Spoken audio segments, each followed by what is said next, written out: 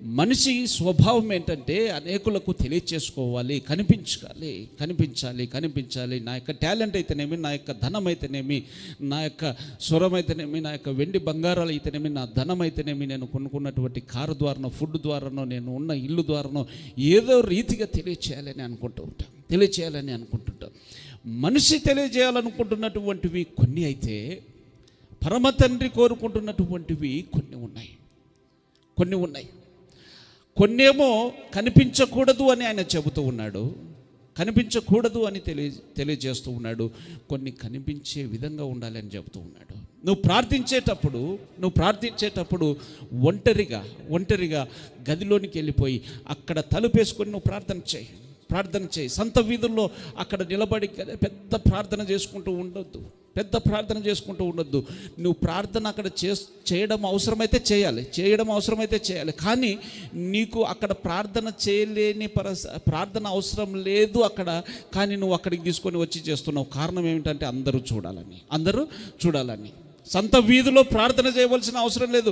ఆ మనిషి ఇంట్లోకి వచ్చి ప్రార్థన చేయి పాస్టర్ గారు అని అంటే వాడిని చేయబట్టుకొని బయటికి తీసుకొని వచ్చి ఆ గడప దగ్గర నిలబడి వాళ్ళు అటు ఇటు సంత వీధిలో తిరుగుతూ ఉంటే వాళ్ళ దగ్గర నిలబడి గట్టి స్వరంతో ప్రార్థన చేయడం వారికి చెబుతూ ఉన్నాడు. మీరు అలాంటి ప్రార్థన చేయకండి, మనుషులకు కనబడవాలనని మీరు ఆ ప్రార్థన చేయకండి. ఉపవాసం ఉంటే గనక మీరు వెళ్ళి చక్కటి స్నానం చేసి తలకు నూనె అంటుకొని మీరు మాత్రము కూడా నేను ఉపవాసం ఉన్నాను అన్నట్టుగా కాకుండా మీరు ఉపవాస ప్రార్థన చేయండి. దాన ధర్మము చేస్తూ ఉన్నప్పుడు వీళ్ళకు తెలియచేసే విధంగా అలాగ డబ్బు తీసుకొని అలాగా ఊపుతూ, ఇదిగో నేను వేస్తున్నటువంటి కానుక అంత కాదు ఇంత కాదు అన్నట్టుగా, నేను ఇస్తున్నటువంటి దాన ధర్మము అంత కాదు ఇంత కాదు అన్నట్టుగా నీవు అలాగా అందరికీ తెలియచేసేటట్టుగా కాకుండా నీవు రహస్యముగా ఆ యొక్క దాన ధర్మములు చేయి. రహస్యముగా చేసేటువంటివి కొన్ని ఉన్నాయి. ఆయన ఆ మాటలు చెబుతూ కొన్ని ప్రధానంగా చెబుతూ ఉన్నాడు. కొన్ని సకల జనులకు తెలియాలి. ఆ జనులకు తెలియాలని తండ్రి కోరుకుంటున్నటువంటి ఒక్క విషయాన్ని ధ్యానం చేద్దాం. ఫిలిప్పులకు రాసిన పత్రిక 4వ అధ్యాయము 5వ వచనం. బైబిల్ స్టడీ లాగా చదువుదాం. మీ సహనమును సకల జనులకు తెలియబడనీయుడి. మీ సహనము సకల జనులకు తెలియబడనీయుడి. మీ సహనము సకల జనులకు తెలియబడనీయుడి. ఆయన తెలియాలి అని కోరుకుంటున్నటువంటి ఒక ప్రాముఖ్యమైన సంగతి ఏమిటంటే, ఆయన రక్తము చేత కడగబడినటువంటి బిడ్డల ఆ యొక్క లక్షణాల్లో ఒక ప్రాముఖ్యమైనటువంటి లక్షణము సర్వ సమాజమునకు తెలియచేయాలని కోరుకుంటూ ఉన్నాడు. ఏమిటంటే నీ సహనము. ఆ సహనం అనే దగ్గర రెండో మాట అక్కడ 2 అని రాసి కింద ఆ లాస్ట్లో ఆ చివర ఒక మాట రాశారు. ఏంటంటే అది మృదు స్వభావము. కింద లాస్ట్లో 2 అని అక్షరం రాసి లాస్ట్లో దానికి అర్థం ఇంకొక భాషలో మృదు స్వభావము. సహనము సకల జనులకు తెలియబడనీయుడి. సకల జనులకు తెలియజేయడనీయుడి. సహనము అంటే ఏంటండి? సహనము అనగా ఇంగ్లీష్లో ఏముంది? పేషెన్స్. ఇంగ్లీష్లో ఏమున్నది అక్కడ? Let your forbearance. ఫోర్బియరెన్స్. ఇంకా వేరే ట్రాన్స్లేషన్లో వేరే. పేషెన్స్ ఒక సహనము, సహించడము. నేను నా భర్తను ఎంతగా సహించానండి, నా భార్యను నేను ఎంతగా సహించాను, నా పిల్లలను నేను ఎంతగా సహించాను, నా సోదరులను ఎంతగా సహించాను. సహించేటువంటి స్వభావం ఏమిటంటే, నీకు ఇష్టంగా పని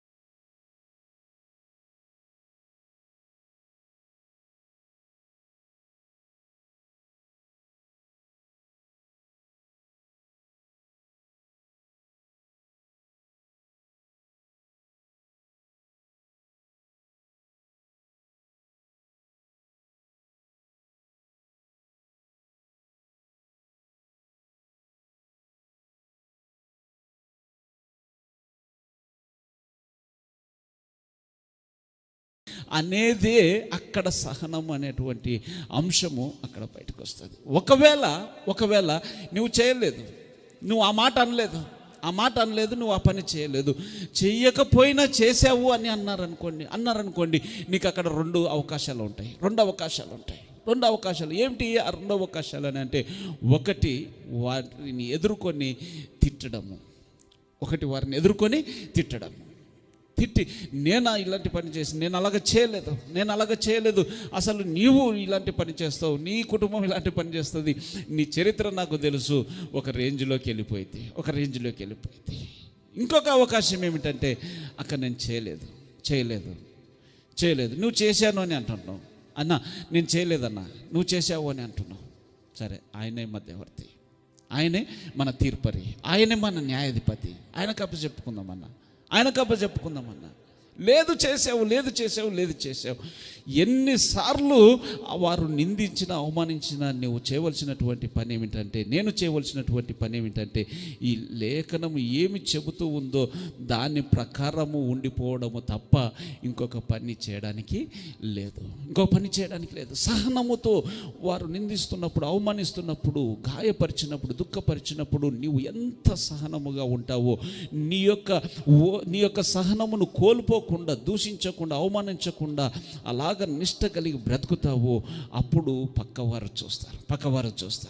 చూస్తారు. ఈరోజు నీవు తప్పు చేసావని పక్కవారు కూడా నమ్మవచ్చు. కానీ ఏం జరుగుతుంది తెలుసా? రేపు సమయం రానే వస్తుంది. హల్లెలూయా. సమయం వచ్చినప్పుడు ఆ మనిషి చెప్పినది నేను అనవసరంగా నమ్మాను, నిజంగా ఆ తమ్ముడు, ఆ చెల్లి, ఆ అన్న, ఆ అక్క అలాంటి మనిషి కాదు. ఆ పనికి వాళ్ళడు చెప్పినటువంటి మాటను బట్టి నేను కూడా పప్పులో కాలేసి నేను కూడా అలాగనే అనుకున్నాను. నిజంగా కాలం గతించగా నేను గమనించినది ఏమిటంటే, అలాంటి వ్యక్తి కాదు, అలాంటి మనిషి కాదు, నేను అనవసరంగా చేశాను. వారే వచ్చి నీ దగ్గరికి వచ్చి క్షమాపణ కోరుతారు. హల్లెలూయా. నువ్వు ఎప్పుడైతే ఓర్పుతో ఉంటావో, సహనముతో ఉంటావో, అక్కడ జరిగేటువంటి పని ఏమిటంటే నీ యొక్క శత్రువులను సైతము మిత్రులుగా మార్చుకుంటావు. సహనమును మనము కనపరిచేటువంటి వారముగా ఉండాలి, సహనాన్ని కనపరిచే వారముగా ఉండాలి. సొంత అన్నదమ్ములే చిన్నవాడని కూడా కనికరము చూపకుండా, దయదాల్చకుండా, ఒకే తండ్రికి పుట్టినటువంటి కుమారులైనప్పటికీ ఒకే కుటుంబము, ఒకే ఇంట్లో, ఒకే తండ్రి దగ్గర వచ్చి భోజనం చేసేటువంటి వారు, ఒకే దగ్గర కలిసిమెలిసి తిరుగుతున్నటువంటి వారే ఆ తమ్ముని మీద పగబట్టారు. కారణం ఏంటంటే ఆ తమ్ముని యొక్క క్రియలు మంచిగా ఉన్నాయి. అతనేమో మంచి బ్రతుకుదామని అంటాడు, వీళ్ళేమో అటు ఇటైనా పర్లేదురా అన్నట్టుగా వాళ్ళు ఉంటారు. ఆ కక్షతో, ఆ పగతో, ఆ ఈర్ష్యతో, ఆ ద్వేషముతో అతను ఒంటరిగా పొలంలో దొరకగా అతన్ని చంపడానికి తీర్మానించారు. సొంత అన్నలే, సొంత కుటుంబమే కొట్టి ఇటువంటి క్షణాల్లో అక్కడ ఉన్నటువంటి ఆ పెద్దన్న అన్నాడు, రే ఈయన్ని చంపడం బాగోదురా, వద్దులేండి.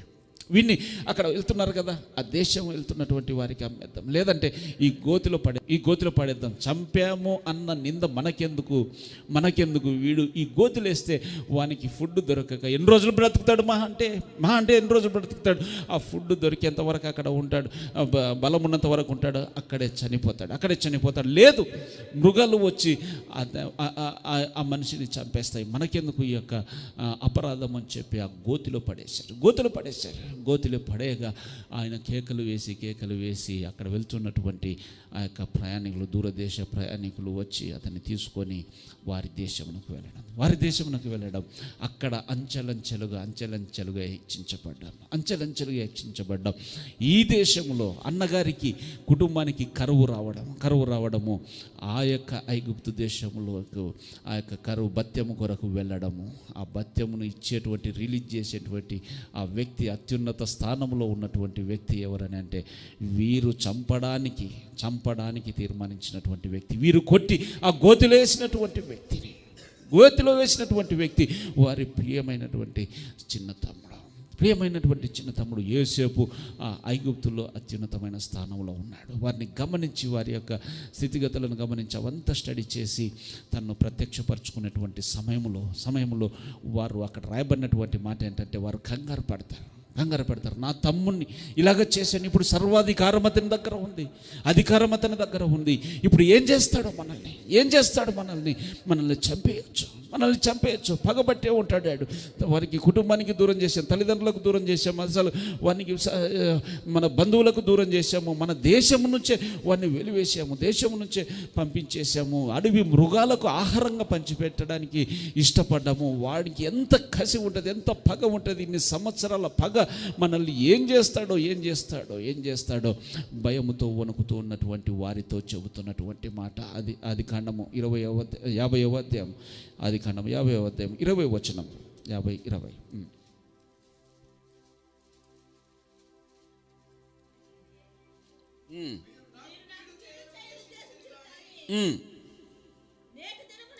మీరు కీడు చేయనుద్దేశించితిరి గాని నేటి దినమున జరుగుచున్నట్లు అనగా బహు ప్రజలను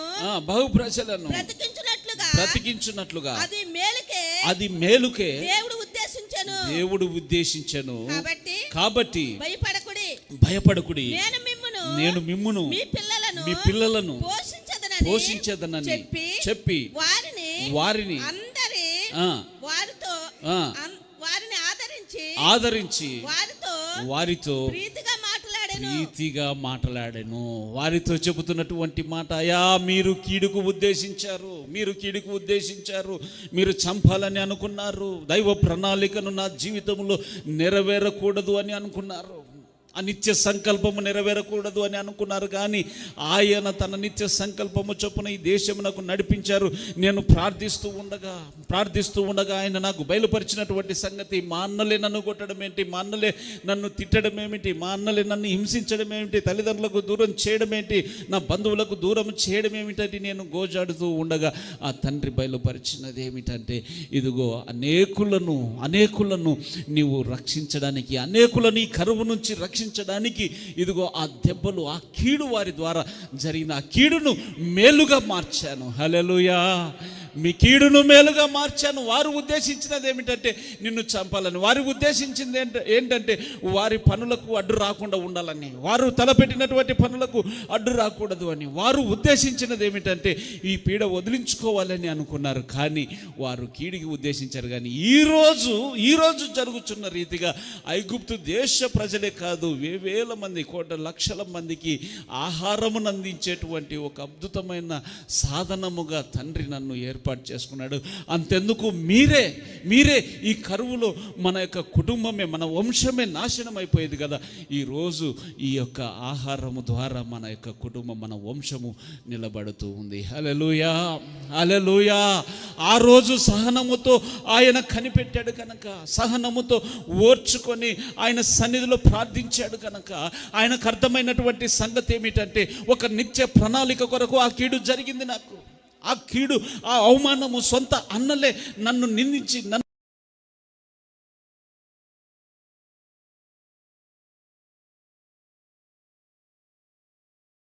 బలమైనటువంటి నిత్య సంకల్పము, అంత బలమైనటువంటి సంకల్పం. ఏటా సంకల్పం? కోటాను కోట్ల ప్రజలకు అధికారిగా, ప్రజలకు ఆహారమును పంచిపెట్టేటువంటి వ్యక్తిగా ఆ యొక్క ప్రైమ్ మినిస్టర్ పొజిషన్కు రావాలి నేనంటే సొంత వారే హింసించాలి, సొంత వారే కీడు తలపెట్టారు. సహనముతో ఓర్చుకున్నాడు గనక ఇప్పుడు వారి ముందు ఆ సహనాన్ని కనపరుస్తూ ఉన్నాడు. హల్లెలూయా. సహనాన్ని కనపరుస్తూ ఉన్నాడు. ఆ కోపమును దిగమింగేశాడు, కోపమును కొట్టివేశాడు, జయించేశాడు. ఆ కోపమును, సహనమును తన యొక్క రక్తంలోనికి, తన అణువణువును చొప్పించుకున్నాడు. అయ్యా, నేనైతే నా వలన కాదు నాయన, నన్ను చంపాలనుకున్నటువంటి అన్నలను ప్రేమించడం అంత ఈజీ కాదు బాబు, అంత సామాన్యమైన విషయం కాదు. అది నీ వలన సాధ్యము గనక నేను నీ పాదముల దగ్గరికి వస్తాను, నీ యొక్క స్వభావము నాలోనికి రప్పించు. హల్లెలూయా. వారిని చూసినప్పుడు నేను ప్రేమగా మాట్లాడాలి, వారిని చూసినప్పుడు నేను దయగా ఉండాలి, వారిని చూసినప్పుడు నేను నా యొక్క బాధను, నా కీడునంతా నేను మర్చిపోవాలి. నా కీడునంతా నేను మర్చిపోవాలి. సహనముతో వారి ఎదుట నేను ప్రేమను కనపరచాలి. సహనముతో నేను ప్రేమను కనపరచాలి. బాబు ఆ పాదముల దగ్గర కన్నీళ్లు విడిచి గోజాడాడు గనక ఆయనకి ఇప్పుడు ఒక అవకాశము తండ్రి కలిగిస్తూ ఉన్నాడు. వారిని తన ఎదుటకు తీసుకొని వచ్చాడు. వచ్చినటువంటి అన్నలతో అంటున్నాడు, అన్న భయపడకండి, అన్న భయపడకన్నా, మిమ్మల్ని ఏ హాని చేయను, మీకు ఏ హాని తలపెట్టను, ఏ కీడు నేను చేయనన్నా. మీరు చేసింది వాస్తవానికి మంచి పని అన్న, మీరు చేసింది మంచి పని అన్న. ఇదేంటి మంచి పనిరా? ఇదిగో ఈరోజు ఈ స్థానంలో ఉన్నాను కనుక అంతమందికి ఆహారం పెడుతున్నాను కదన్నా, మనకు కూడా మన కుటుంబానికి కూడా ఆహారం పెడుతున్నాను కదన్నా. అసలు నా గురించి మీరు విన్నారు కదా. ఇప్పుడు అక్కడ ఆహారము దొరుకుతూ ఉందని మీరు ఎక్కడి నుంచో పరిగెత్తుకుంటూ వచ్చారు, ఎక్కడి నుంచో దూర ప్రయాణం చేసుకొని వచ్చారు. దేని బట్టి ఇక్కడ ఆహారము దొరుకుతూ ఉందని కదా, ఆహారము దొరుకుతూ ఉందని కదా. ఈ దేశమును ఏ మూలలో ఏ మనిషిని అడిగినా, ఏ వస్తువుని అడిగినా చెబుతుంది, ఈరోజు ఐగుప్తు దేశంలో సమృద్ధి అయిన ఆహారము దొరుకుతూ ఉంది అంటే అది ఎవరి వలన అనేది అందరికీ తెలిసినటువంటి సత్యము. హల్లెలూయా. యోసేపు వలన ఈ దేశము సుభిక్షగా ఉంది అని ప్రతి మనిషి చెప్పవలసిందే, శత్రువు సైతము చెప్పవలసినదే. తన వారు కాదు, తన ప్రజలు కాదు, తన జాతి కాదు, తన కులము కాదు, తన వంశము కాదు, తన రక్త సంబంధికులు కాదు, వారందరూ చెప్పవలసిందే. యోసేపు వలన నేను ఈరోజు ఆహారం తృప్తిగా తింటూ ఉన్నాను.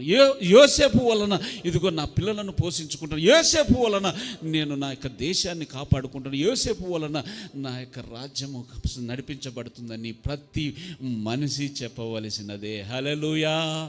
ఎప్పుడు జరిగింది? అక్కడ గోతిలో పడివేసిన వెంటనే బయటికి రాగానే తీసుకెళ్ళి సింహాసనం మీద కూర్చోబెట్టారా?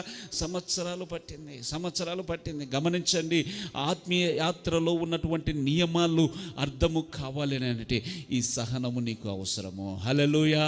సహనము అవసరము. ప్రార్థించిన వెంటనే ఇదిగో ఇప్పుడే ఫలితము చూడాలి. కొన్ని జరిగిస్తాడు తండ్రి, కొన్ని జరిగిస్తాడు. అసాధ్యమైనది ఏమీ లేదు.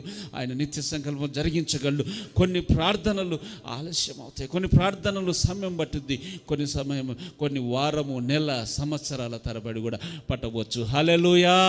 నీ సహనము సకల జనులకు తెలియజేయండి.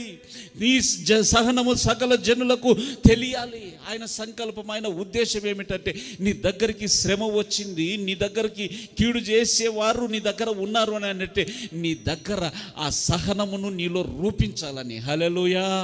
నీలో ఆ సహనము రూపించాలని ఆ అవకాశం వచ్చినప్పుడల్లా నువ్వు తప్పిపోతూ ఉన్నావు అనుకోండి, ఆ యొక్క ఎగ్జామ్లో పాస్ కావడానికి ఎగ్జామ్ పెడతారు కదా. ఎగ్జాము 35 40 మార్క్స్, 40 మార్కులు రావాలి కదా. 40 మార్కులు వస్తాయి, 39 వస్తున్నాయి. 39 వస్తూ ఉంటే వాడిని ఎన్నోసార్లు రాశారని పాస్ చేస్తారా, ఫెయిల్ చేస్తారా? 40 వస్తేనే పాస్ మార్కు.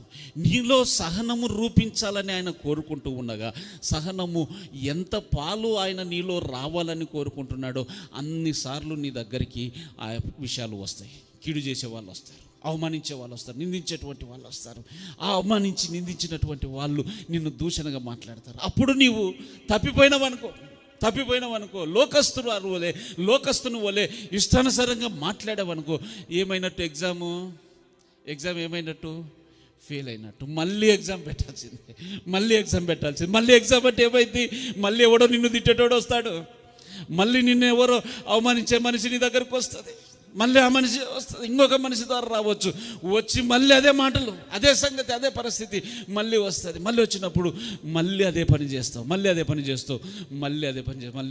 మళ్ళీ అదే జరుగుతూ ఉంటుంది. ఎంతవరకు తెలుసా? నీలో ఆ సహనము ఆయన రూపించేంత వరకు. హల్లెలూయా. కంసాలివాడు ఆ యొక్క బంగారాన్ని, ఆ ముడి సరుకును తీసుకొని వచ్చి అక్కడ బంగారమును ఆ కొలిమిలో వేసి అది అలాగా కాలుస్తూ ఉంటాడు, మరగబెడతాడు. అది ఒక రేంజ్కి వచ్చిందనుకోండి, అయిపోయిందిలే అని నువ్వు అనవచ్చునేమో, కానీ కంసాలివాడు ఆ మాట అన్నాడు. హల్లెలూయా. కంసాలివాని యొక్క ఉద్దేశం వేరే ఉంటుంది. నువ్వు ఎప్పుడు నగ వేసుకుందామని చాలే అంత మరుగుతుంది, తీసేసి నగ చేసేయన్న త్వరగా త్వరగా చేసేయండి అంటే, అమ్మ అలా చేస్తే దాని రూపము రాదు. అసలు నన్ను ఎవడరా ఈ పని చేసింది, ఈ గోల్డ్ చేసింది ఎవర్రా అని అంటారు, నన్ను అంటారు. అందుకొరకు నువ్వు చెప్పినట్టుగా నేను చేయను. నువ్వు చెప్పినట్టుగా ఎవరు వేసుకునేది, ఎవరు వేసుకునేది? నేను వేసుకుంటున్నాను. నేను చెప్తున్నాను కంసారి చాలే అన్న, తీసేసే, లేట్ అయిపోతుంది చెప్పు, అసలు ఇక్కడికే మరుగుతూ ఉంది కదా, చాలే. నో, ఎంత మరగాలో నాకు తెలుసు. హల్లెలూయా, ఎంత మరగాలో నాకు తెలుసు. ఆ మరిగేంత వరకు ఓపికగా అక్కి పెడుతూనే ఉంటాడు, నిప్పు పెడుతూనే ఉంటాడు, మంట పెడుతూనే ఉంటాడు.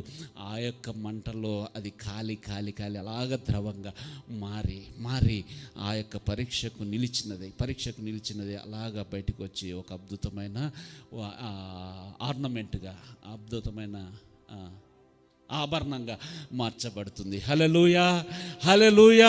ఆయన నీ దగ్గరికి కొంతమందిని తీసుకొని వస్తాడు. ఆ యొక్క గమనించవలసినటువంటి బాధ్యత నీ మీద, నా మీద. ఓహో, ఈ మనిషి ఈ మాట అంటున్నాడు అని అంటే, తండ్రి నువ్వు అనుమతించాడు. ఆయన పంపించడం అంటే ఆయన అనుమతించాడు. ఎందుకు? సాధారణ చేస్తున్నాడు. ఇదిగో నేను ఆ మనిషిని తిడతాను, చర్చికి రాకుండా చేస్తాను చూడు. ఆ మనిషిని తిడతాను, చర్చికి రాకుండా చేస్తాను.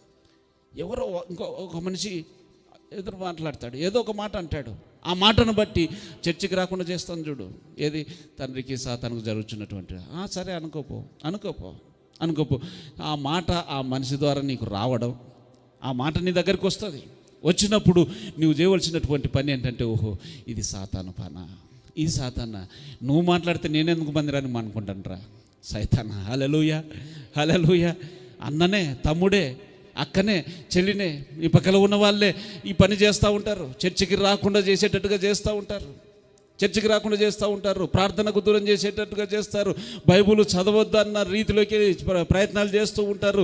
అసలు భక్తి చేయడమే అనవసరం అన్నట్టుగా ప్రవర్తిస్తూ ఉంటారు. నీ పక్కన ఉన్న వాళ్ళే, నీ స్నేహితులు, నా స్నేహితులే, మన యొక్క సంఘంలో ఉన్నటువంటి వారే, మందిరాల్లో ఉన్నటువంటి వారే. ఇక్కడ జరిగే గురించి కాదు, ప్రతి సంఘంలో ఉన్న తంతే ఇది.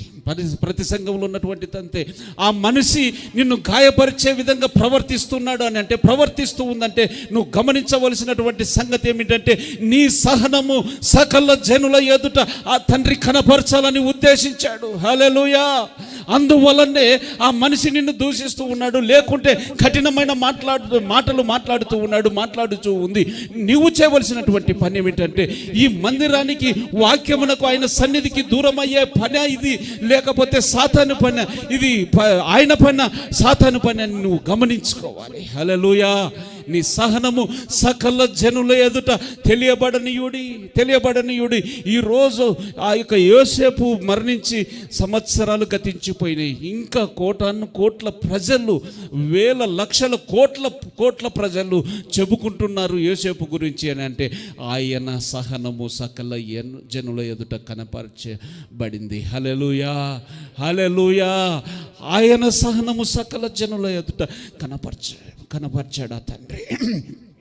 అసలు అంతమందిని నడిపిస్తూ ఉన్నటువంటిది ఆ యొక్క టెక్నాలజీ లేని కాలంలో లక్షల మందిని నడిపిస్తున్నటువంటి వ్యక్తి తండ్రి ముఖాముఖిగా మాట్లాడుచు దర్శనమిచ్చి అద్భుత కార్యములని, ఆశ్చర్య కార్యములు, మనిషి ఊహకు మించినటువంటి మానవ జాతి చరిత్రలో ఎప్పుడు జరగనటువంటి కార్యములు జరిగించుకుంటూ ఆ వారినందరినీ ఒక దేశముగా, ఒక మందగా ఒక చిన్న గుంపులాగా లక్షల మందిని ఒక దేశమును తీసుకొని వెళ్ళి ఇంకొక దేశంలోనికి వారిని అలాగా చేర్చడానికి బయలుదేరినటువంటి ఆ ప్రయాణములో జరుగుతున్నటువంటి ఆ సంఘటనలు ఎన్నో ఉన్నాయి. ఆయన తండ్రి దగ్గర మోసే గారు వెళ్ళి అక్కడ కూర్చున్నాడు. ఆయన 40 దినములు రాత్రింబగళ్ళు అక్కడ ముఖాముఖిగా మాట్లాడుతూ ఉంటే ఇక్కడ ఉన్నటువంటి ఇశ్రాయేలు ప్రజలు అంటున్నారు, ఎక్కడ వెళ్ళాడు మోసగాడు ఎక్కడ వెళ్ళాడు? మమ్మల్ని విడిచిపెట్టాడు. అసలు ఏదో ప్రార్థన అంటే 1 రోజు 2 రోజులు వారం రోజులు, అసలు 40 days అవుతుంది కదా, 35 days 35 రోజులు. ఎవడైనా 35 రోజులు ప్రార్థన ఉంటాడా? 35 రోజులు ప్రార్థన. అసలు ఇదెక్కడి ప్రార్థన? ఎక్కడెళ్ళాడు? ఏమయ్యాడు ఈ మోషే? అరో నాన్న, మమ్మల్ని మీరు ముందుకు నడిపిస్తారా, మేము వెళ్ళమంటావా? మీరు నడిపిస్తారా? లేకుంటే ఐగుప్తు దేశంనకు మేము తిరిగి వెళ్ళమంటావా? ఇంకా లేదంటే కనుక నిన్ను తన్నైనా మేము వెళ్ళిపోతాం, మమ్మల్ని వెళ్ళిపోనివ్వండి. లేదంటే కనుక కనాను దేశంనకే వెళదాం. మనిషి ఉన్నాడో చచ్చాడో బతికాడో మాకు తెలియదు, ఒక దూడను ఏర్పాటు చేసి అదే దేవునిగా ఆరాధించుకుంటూ అలాగే వెళ్ళిపోదాం. వారిని ఆ యొక్క సర్వ సమాజము అహరోను దగ్గరకు వచ్చి మొరపెడుతూ ఉన్నారు. ఆ తండ్రి యొక్క కోపం రగులుకుంది. మోషే కిందికి దిగి వెళ్ళిపో. ఆ ప్రజలు చూసారా, ఎర్ర సముద్రము 2 పాయలుగా చీల్చబడగా ఆరిన నేల మీద నడిచినట్టుగా, ఒక సూపర్ హైవే మీద నడుచుకుంటూ వెళ్ళినట్టుగా వారిని నడుచుకుంటూ యువతలకి తీసుకొని వచ్చాను. అదే మార్గంలో శత్రు సమూహము నడుచుకుంటూ వస్తూ ఉండగా వారిని ముంచివేసి సంహరించేశాను. అంత అద్భుత కార్యము చూసి కూడా ఈ ప్రజలు ఇంకా నమ్మడం లేదు నాన్న, ఇంకా నమ్మడం లేదు. 10 అద్భుత కార్యములు చేశాను కదా, 10 అద్భుత కార్యములు దేశంలో ఐగుప్తులు చేశాను కదా. వారందరికీ చీకటి ఉంటుంది. ఇశ్రాయేలు ప్రజలకు ఒక్కరికి వెలుగు ఉంటుంది. వారి ఇంట్లో అన్ని ఈగలు, వారి ఇంట్లో కప్పలు, వారి ఇంట్లో అవి రక్తము, వారి ఇంట్లో సంహరించబడ్డం, ఈ ఇంట్లో అవి ఏవి జరగడం. ఇంత అద్భుతాలు చూసి కూడా ఇంకా నమ్మడం లేదు, ఇంకా విశ్వసించడం లేదు. చూసావా, ఇక నేను విసిగిపోయాను. వీరిని సంహరించేసి వీరి పాపములను బట్టి రావాల్సిన శిక్షగా వీరు చావడానికి అర్హులు. ఈ టైంలో, ఈ క్షణంలో వీరు చావడానికి అర్హులు. అందుకొరకు వాళ్ళను చంపేస్తాను. నీ యొక్క సంతానంలో నుంచి మళ్ళీ ఒక కొత్త జనరేషన్, కొత్త తరమును నేను లేవనెత్తుతాను. ఏమంటావు మోషే? మోషే అంటూ ఉన్నాడు, అయ్యా వద్దు నాయన, వద్దు, అలాంటి పని చేస్తున్నాను, అలాంటి వద్దు. నీ కుటుంబాన్ని హెచ్చిస్తాను, నిన్ను హెచ్చిస్తాను, నిన్ను గొప్ప చేస్తాను, రేపు ప్రజలందరూ నీ సంతానమైనట్టుగా చేస్తాను. వద్దు నాయన. గమనించండి, ఆ పరమ తండ్రే విసిగిపోయినటువంటి ప్రజలు కళ్ళ ఎదుట ఉండగా మోషే యొక్క సాత్వికము, మోషే యొక్క సహనము చూడండి. వారిని సంహరించకుండా అడ్డుపడుతూ ఉన్నాడు. హల్లెలూయా! సంహరించకుండా అడ్డుపడుతూ ఉన్నారు. ఆ ప్రజలు ఏమంటున్నారు? మోషే ఎక్కడికి పోయాను? ఇంకా అవసరమైతే రాళ్లతో కొట్టి చంపడానికి ఆ యొక్క ప్రోగ్రామ్ అరేంజ్ చేసుకుంటున్నారు. రాళ్లతో కొట్టి వారి యొక్క నాయకుడిని చంపడానికి సిద్ధమైనటువంటి వారి గురించి మోషే అడ్డుపడుతూ ఉన్నాడు.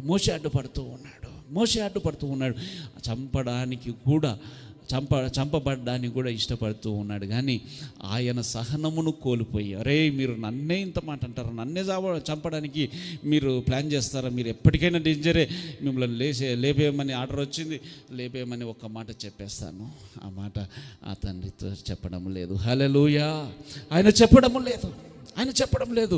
ఆయన సహనముతో లక్షల మందిని కనాను దేశమునకు నడిపించాడు. సకల జనులు ఈరోజు మోషే గురించి చెప్పుకుంటున్నారు.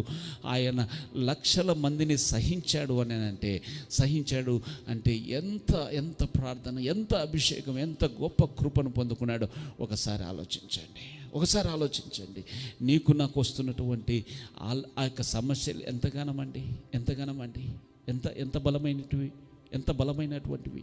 ఏమాత్రము మనము వాటిని సహించేటువంటి వారముగా ఉన్నాం, ఏమాత్రము వారిని అంగీకరించేటువంటి వారముగా ఉన్నాం, ఏమాత్రము పరమ తండ్రి యొక్క చిత్తమునకు లోబడేటువంటి వారముగా ఉన్నాం. ఒకసారి గమనించండి. రాజ్య పరిపాలన చేస్తున్నటువంటి వ్యక్తి, అధికారము కలిగినటువంటి వ్యక్తి, గొప్ప యుద్ధములు చేసినటువంటి వ్యక్తి, గొప్ప బలాఢ్యుడు, నీతిమంతుడు, యథార్థవంతుడు, ఆయనను సేవించడములో తిరుగులేనటువంటి వ్యక్తిగా, పరమ తండ్రిని వెంబడించడములో ఒక సాక్ష్యం కలిగినటువంటి వ్యక్తి ఒకానొక సమయంలో ఉన్నటువంటి దీనస్థితిని బట్టి పక్కన ఉన్నటువంటి వాడు అంటాడు, ఛీ నీదో బతికేనా. పక్కన వాడు అంటూ ఉన్నాడు, ఛీ నీదో బతికేనా, పోరా దుర్మార్గుడా, పోరా నరంతకుడా, నీదొక బ్రతికేనా, చీ అని కుక్కను పశువును చీదరించుకున్నట్టుగా చీదరించుకుంటూ ఉన్నాడు. ఎవరు అంటే ఒక లెక్క లేనటువంటి వ్యక్తి, ఎన్నిక లేనటువంటి వ్యక్తి. ఇంకా మీకు అర్థం కావడానికి చెప్పాలని అంటే, ఇప్పుడు ఈ రాజు అధికారి ఉన్నాడు, పెద్దయినా ఉన్నాడు. ఇప్పుడు అనుకోండి, ఆయన స్థాయి ఏంటి, నా స్థాయి ఏంటి, ఆయన స్థాయి ఏంటి, నా స్థాయి ఏంటి, అలాంటి అంటే అతన్ని తిట్టడానికి ఊహించుకోండి. అలాంటి వ్యక్తిని నాలాంటి వ్యక్తి తిడుతూ ఉన్నాడు, నీలాంటి వ్యక్తి తిడుతూ ఉన్నాడు. ఏమని, ఇదొక బ్రతికేనా, కుక్క బ్రతుకురా నీది. అసలు ఎంతమందిని మోసం చేశావు, అసలు మా కుటుంబాన్ని నాశనం చేసిందే నీవు, మా నాన్నను చంపించిందే నీవు, మా యొక్క కుటుంబంలో అందరిని చంపించింది నీకు రాజ్యాధికారం అంటే అంత ఆశ ఎందుకు, సింహాసనం అంటే అంత ఆశ ఎందుకు, నువ్వు పరిపాలన చేయాలని అంటే అంత ఆశ ఎందుకు, చంపేంత ఆశరా, చంపేంత పగన, అంత దిగజారి బ్రతకడం ఎందుకురా, చీపో అని దూషిస్తూ ఉన్నాడు. ఒక కుక్కను, ఒక జంతువును దూషించినట్టుగా దూషిస్తూ ఉన్నాడు. పక్కలో ఉన్నటువంటి వ్యక్తి అంటూ ఉన్నాడు, అన్నా రాజా ఒక్క మాట చెప్పు, వాణ్ణి మెడకాయ మీద తలకాయ లేకుండా చేస్తాను, ఒక్క దెబ్బతో వాణ్ణి తలకాయ తీసేస్తాను, ఒక్క మాట చెప్పు. నిన్నంటాడా వాడు, వాడెంత, వాడి బ్రతికెంత, నీ బ్రతికేంటి, నీ సాక్ష్యం ఏమిటి, నీ జీవితం ఏమిటి, నీ యొక్క ప్రయాణం ఏమిటి, ఎంతమందికి నీవు దీవెనకరంగా ఆశీర్వాదకరంగా ఉన్నావన్నా, వాడు ఎక్కడి వాడన్నా, అడ్రస్ లేని వాడన్నా, వాడు నిన్ననడం ఏంటన్నా, ఒక్క మాట చెప్పన్నా, చంపేస్తాను వాడిని, చంపేస్తాను. ఆ పక్కన అంటున్నాడు, అయ్యా నువ్వు నా మీద ప్రేమ కలిగి ఉండడం మంచిదే. వాడు అంటున్నాడా, అననివ్వండి. దానికి నన్ను కదా అంటుంది, నువ్వెందుకంత ఫీల్ అవుతున్నావు, అది కాదన్నా, నిన్ను అంటుంటే మేమెలా ఉండాలి చూస్తూ ఊరుకుండాలన్నా. కొందరికి ఉంటుంది చూసారు ఆ ప్రేమ, పక్కన ఉన్నటువంటి అభిమానించేటువంటి, ప్రేమించేటువంటి అలాంటి భక్తిపరులైన ఆత్మ సంబంధమైన సహోదరులు ఆత్మీయులకు ఉండనే ఉంటారు. హల్లెలూయా. ఆ ప్రేమను బట్టి ఆయన అంటూ ఉన్నాడు, నువ్వెందుకు అలా ఫీల్ అవుతున్నావు, వదిలేసి. అసలు వాడు తిడుతూ ఉన్నాడంటే ఇక్కడ నీకు ఒక రహస్యం చెప్పనా, ఆ రాజు చెబుతున్నటువంటి మాట, ఆ పరలోకపు తండ్రి వానికి సెలవు ఇవ్వకపోతే వాడి మాట మాట్లాడలేడు. ఒకవేళ వాడు మాట్లాడడానికి ఆ పరమ తండ్రి సెలవిచ్చాడనుకో, దాన్ని నేను కౌంటర్ వేసి వాడిని ఏదో చేశాను అనుకో, ఆ తండ్రి యొక్క చిత్తం ఏం కావాలి, హల్లెలూయా, ఆ తండ్రి యొక్క ప్రణాళిక ఏమి కావాలి. ఆ ఎగ్జామ్లో నేను పాస్ కాను కదా, ఆయన ఒక ఎగ్జామ్ పెట్టాడేమో, వాడిని తీసుకొని వచ్చి తిట్టు, ఇదిగో ఆ వ్యక్తిని తిట్టు, ఆ దావీదును తిట్టు. ఎంతగా తిడతావని అంటే మామూలు కాదు, పక్క వారు కూడా రోషము తెచ్చుకొని నిన్ను చంపేంతగా తిట్టు అనేటువంటి ఒక దురాత్మనే వాళ్ళలో పనిచేసింది అనుకోండి. ఆ పరీక్షలు, ఆ యొక్క శోధనలు నేను నిలబడి జయించకపోతే ఆ తండ్రి దగ్గర నేను స్థానం కోల్పోతాను కదా. ఆయన సంకల్పం ఏమి కావాలి, ఆయన సంకల్పం నుంచి దూరము చేసే పని ఏదైనా నాకు వద్దు. హల్లెలూయా. 2 సమూయేలు గ్రంథము 2 సమూయేలు 16 5వ వచనం 2 సమూయేలు 16.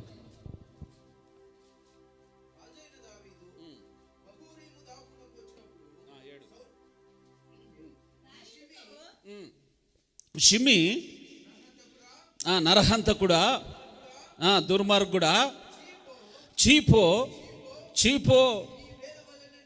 నీవు ఏలవలనని నీవు ఎల్లగొట్టిన సౌలు వారి యొక్క హత్యను యెహోవా నీ మీదికి రప్పించి అబ్షాలోము చేతికి అప్పగించి ఉన్నాడు. ఏమంట నీవు నరహంతకుడవు. ఆ మాట చదువు. చీపో 8వ వచనం ఏమంట, ముందు నరహంతకుడా, అడ్రస్సింగ్ చూడండి ఎలాగంటున్నారు. నరహంతకుడా, ఆ షిమి అంటున్నాడు, నరహంతకుడా, దుర్మార్గుడా, చీపో. చూడండి ఎవరిని, ఒక రాజును అంటున్నటువంటి మాట. నరహంతకుడా, దుర్మార్గుడా. దావీదు దుర్మార్గుడా అండి, దావీదు దుర్మార్గంగా కనిపిస్తుంది. నరహంతకుడా, దుర్మార్గుడా, చీపో. ఒక్కసారి మీరు ఆ మాట అని చూడండి. చీపో నరహంతకుడా, చీపో నీవేల వలనని నీవు వెళ్ళగొట్టిన సౌలు ఇంటి వారి హత్యను యెహోవా నీ మీదికి రప్పించి సౌలును చంపడానికి ఎన్నోసార్లు అవకాశం వచ్చినప్పటికీ దావీదు సౌలును చంపలేదు. హల్లెలూయా. పక్కవారికి అర్థమైంది, అన్న ఎప్పుడో చంపాలి కదన్నా ఆ సౌలును, అసలు నీవు చంపి ఉంటే ఇంకొక రేంజ్లో ఉండేది, అలాంటిది వీడు నీవే చంపావంటాడేంటి? ఎవరు అంటున్నారు? ఈ షిమి అనేవాడు అంటున్నాడు, సౌలు బ్రతికిందే ఆ యొక్క దావీదు క్షమాభిక్ష మీద, చాలా కాలం బ్రతికిందే ఆ దావీదు క్షమాభిక్ష మీద. ఆ బ్రతికినటువంటి క్షమించి వదిలేసినటువంటి ప్రాణభిక్ష పెట్టినటువంటి ఆ దావీదును ఈ వ్యక్తి అంటూ ఉన్నాడు, నరహంతకుడా సౌలును చంపించింది నువ్వే, సౌలును చంపించింది దావీదా, కాపాడింది దావీదా, చంపించిందా? దావీదు చేసింది సౌలును చంపించాడా, కాపాడిన వ్యక్తికి వస్తున్నటువంటి ఆ యొక్క గిఫ్ట్ ఏంటంటే, రిటర్న్ గిఫ్ట్ ఏంటంటే, నీవే హత్య చేశావు, నీవే చంపించావు. చంపనటువంటి వ్యక్తిని, నరహత్య చేయనటువంటి వ్యక్తిని నీవే నరహత్య చేశావు అన్నటువంటి మాట తన దగ్గరికి రావడమే కాకుండా, దుర్మార్గుడా, చీపో. ఎవరినంటారు? అసహించుకునే విధంగా, దేశించే విధంగా, అసలు లెక్కలేని విధంగా, అంత విసుగుతూ అంటాం కదా. ఒకసారి అని చూడండి అన్న. ఓకే, దేవునికి స్తోత్రం. అలవాటు లేదు. హల్లెలూయా. ఎప్పుడో విడిచిపెట్టారు. హల్లెలూయా. చీపో అని అంటున్నప్పటికీ అక్కడ రాయబడినటువంటి మాట చూడండి. ముందుకెళ్దాం. ఎక్కడ 9వ వచనం. అభిషై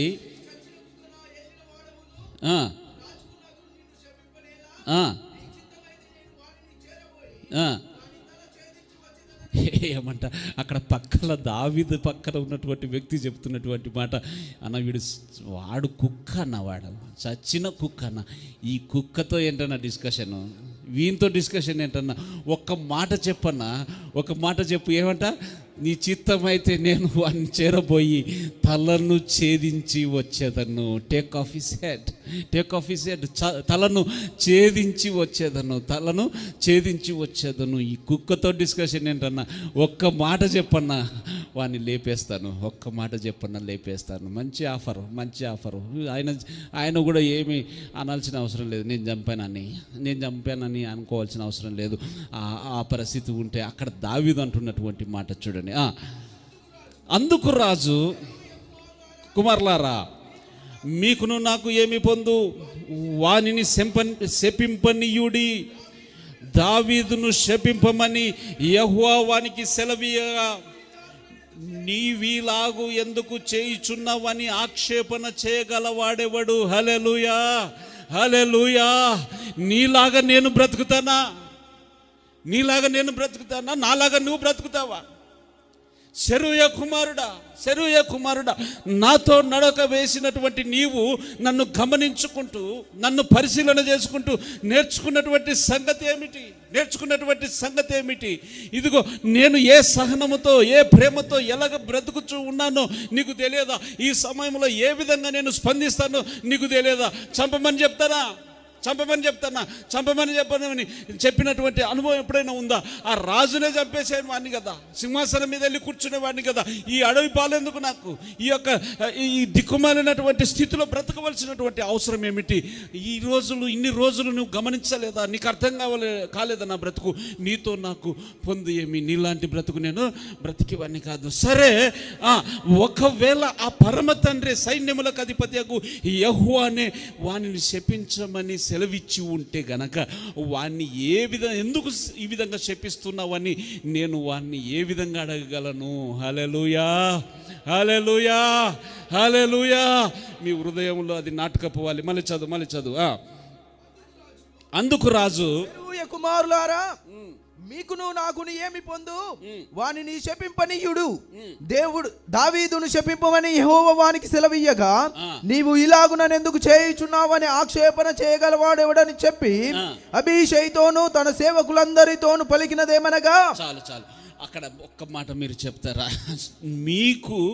మీకు నాకేం ముందు వాణిని శపింపనీయుడి. నీ జీవితంలో ఇప్పుడు ఎవరైనా శపించే వాళ్ళు ఉంటే నువ్వు ఆ మాట అనగలవా? వాణిని శపింపనీయుడి. చెప్పండి ఒకసారి. వాణిని శపింపనీయుడి, ఆమెను శపింపనీయుడి. ఒక్కసారి మీ హృదయం అనే పలక మీద రాసుకోండి. మీ దగ్గరికి శాపవచనాలు వచ్చినప్పుడు మీ యొక్క మనసులో, మీ హృదయంలో రావాల్సినటువంటి తలంపు ఏంటంటే, ఈ మనిషిని శపింపని. హల్లెలూయా. మహాకృప పరమ తండ్రి యొక్క మహాకృపను బట్టి ధైర్యంగా ఆయన సన్నిధిలో చెబుతూ ఉన్నానండి. నేను గర్వంతో చెప్పడం లేదు. ఏ స్థితికైనా ఎంతగా శపించిన, ఎంతగా దూషించిన వారిని ప్రేమగా చూసేటువంటి కృప అనుభవంలోనికి ఆ పరమ తండ్రి నడిపించాడు. హల్లెలూయా. ఆ అనుభవంలోకి నీవు నేను రావాలని కోరుకుంటూ ఉన్నాడు. నీ సహనము సకల జనుల ఎదుట తెలియచేయాలని ఆ పరమ తండ్రి కోరుకుంటూ ఉన్నాడు. నీ సహనము ఎప్పుడైతే ఆయన కోరుకున్న రీతిగా వస్తూ ఉందో, నీకు ఘనత, నీకు ప్రఖ్యాతి, నీకు పేరును, నీకు ప్రతిష్టను ఆ పరమ తండ్రి దయచేయబోతూ ఉన్నాడు. హల్లెలూయా. అట్టి సహనము నీకు కలుగునుగాక, అట్టి ఓర్పు నీకు కలుగునుగాక. ఆయన యొక్క సహనము నీలోనికి వచ్చునుగాక. దూషణ పాలు కాకుందువు కాక. శపించే వారిని శపింపనిత్తువు గాక, దూషించే వారిని దూషించనిత్తువు గాక. ఆ పరమ తండ్రి కోరుకుంటున్నది దావీదు చేయడానికి ఇష్టపడ్డాడు. అందుకొరకే చరిత్రలో నిలిచిపోయాడు. ఆ మాట చదువు. వాణిని శపింపనీయుడు. గట్టిగా చెబుదామా? వాణిని, ఆమెను శపింపనీయుడి. దావీదును శపింపమని, దావీదును అంటే నీ పేరు, చిన్న బాబును శపింపమని యెహోవా వానికి సెలవీయగా, నీవు ఇలాగునెందుకు చేయుచున్నావని ఆక్షేపణ చేయగల వాణిని ఎదిరించేవాడు, వాణిని ఆపువాడు ఎవడు? చిన్న బాబును ఈ విధంగా దూషించమని, శపించమని, అవమానపరచమని, కించపరచమని, కొట్టమని, తిట్టమని ఆ యెహోవానే సెలవిస్తే, వాడు ఆ పని చేయడానికి వచ్చినప్పుడు, శపించడానికి వచ్చినటువంటి మనిషి నువ్వెంటర్ నన్ను శపించే అనేటువంటి అవకాశం ఉండి ఆ మాటల్లోనికి వెళ్లకుండా ఉండాలని ఆయన కోరుకుంటూ ఉంటే, నేను ఆ మాట అంటే ఆయన చిత్తం ఏమైపోను, ఆయన ప్రణాళిక ఏమైపోవును, ఆయన నాలో రూపించదలుచుకున్న ఈ సహనము నాలో రూపించబడదు కదా. అందుకొరకు వానిని ఏమీ కూడా అనకండి. హల్లెలూయా. మళ్ళీ చదువుదామా? వానిని శపింపనీయుడి, దావీదును శపింపమని యెహోవా వానికి సెలవీయగా, నీవు ఇలాగునెందుకు చేయుచున్నావని ఆక్షేపణ చేయగలవాడవని ఎవరికి వాడిని అడ్డగించేవారు ఎవరండి? ఒక్కసారి నిశ్చయముగా ఈ టైంలో రైట్ నౌ ఈ టైంలో నీ జీవితంలో శపించే వాళ్ళు ఎవరైనా ఉంటే ఈ మాట పరమ తండ్రికి చెప్పు. నాయనా, వాడిని శపింపనిస్తాను. హల్లెలూయా. ఆమెను శపింపనిస్తాను. హల్లెలూయా. ఆ మనిషిని దూషింపనిస్తాను. హల్లెలూయా. ఆ మనిషిని నిందించేటట్టుగా అనుమతించావా? నేను అనుమతిస్తాను బాబు, నేను అనుమతిస్తాను. ఏం చేసుకుంటారు చేసుకొని, నేనైతే నీ చిత్తంలో ఉన్నాను కదా, నీ ప్రణాళికలో ఉన్నాను కదా, అది చాలు. హల్లెలూయా. వానిని శపించిన అంత ఎందుకండి? దావీదు చూడండి ఆయన చెబుతున్న ఘనమైన మాట. అంత ఎందుకండి? ఆడెవడో అనడం ఏంటి? సొంత నా కడుపులో పుట్టిన నా కొడుకే, నా కుమారుడే నన్ను వెంబడిస్తూ ఉన్నాడు. నా మాట వినడం లేదు. నన్ను దాదాపుగా చంపుదామన్నంత ప్రయత్నంలోనికి వచ్చాడు. నన్ను చంపుదామన్నటువంటి స్థితిలో ఉండగా ఈ మనిషి అనేటువంటి మాట పెద్ద మాట. నా కన్న కుమారుడే నన్ను చంపడానికి ప్రయత్నిస్తూ ఉండగా వాడు నన్ను అనడంలో పెద్ద వింతేంటి? పెద్ద విచిత్రమేంటి? ఈ యొక్క అనుభవాలను బట్టే భక్తులు ఆ పోలికగా మార్చబడ్డారు. హల్లెలూయా. ఆ అనుభవాలలో మనము వెళ్ళాలని ఇదిగో వారము ఆ పరమ తండ్రి మనల్ని ఆయన సన్నిధికి తీసుకొని వచ్చి ఆయన వాక్యంతో మనల్ని దర్శిస్తూ ఉన్నాడు, బలపరుస్తూ ఉన్నాడు. ఆయన పోలికగా మార్చుకోవాలన్నటువంటి ఆ యొక్క ప్రేమతోనే, ఆ యొక్క ప్రయాసతోనే ఆయన ఇదిగో ఈ యొక్క ఉపదేశమును ఆయన ఇన్ని మెసేజెస్, ఇన్ని మందిరాలు, ఇన్ని పరిచర్యలు, వారంలో మళ్ళీ మీటింగ్స్, ఇన్ని చేసినది అంత దేనికేనంటే ఆయన పోలిక నీలో నాలో రూపించాలని. హల్లెలూయా. సకల జనులకు నీ సహనము తెలియచేయుడి, సకల జనులకు తెలియచేయుడి, సకల జనులకు తెలియచేయుడి. 13వ వచనంలో చూడండి, 12వ వచనంలో యెహోవా నా శ్రమను లక్ష్య పెట్టునేమో, వాడు పలికిన శాసనమునకు బదులుగా యెహోవా నాకు మేలు చేయునేమో. చూడండి పైన ఇంకొక మాట చూస్తే, వాని జోలికి పోకండి, వాని జోలి మానుడి, యెహోవా వానికి సెలవిచ్చి ఉన్నాడు గనుక వానిని శపింపనీయుడి.